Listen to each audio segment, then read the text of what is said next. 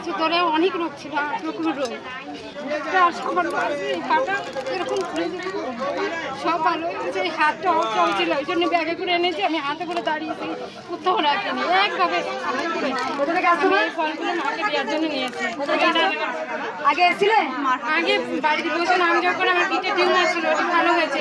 চুপ করো না, ওরে বাপ রে। ব্যথা ভালো হয়েছে বাড়ি বসে। তারপরে আমি দুবার, এবার 3বার আসছি। 3বার? হ্যাঁ। যে মা হাতটা অবশ হয়ে গেছিল, মায়ের কাছে পড়তে হয়েছিল।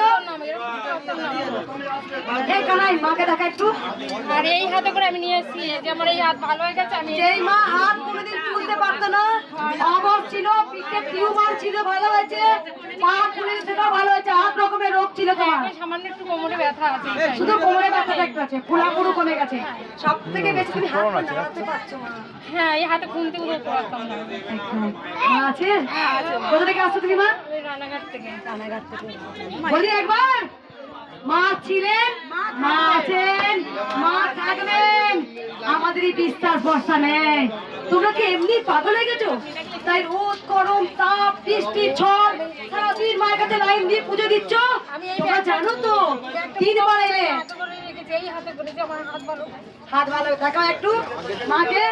ব্যাগটা সমানে দাঁড়িয়েছো যে তুমি হাত ভালো করে দিচ্ছ, তোমার হাতে ফল নিয়ে থাকবো আজ আমি। জয় কৃষ্ণকালী মায়ের জয়, জয় সোনা মায়ের জয়, জয় মঙ্গলা মায়ের জয়।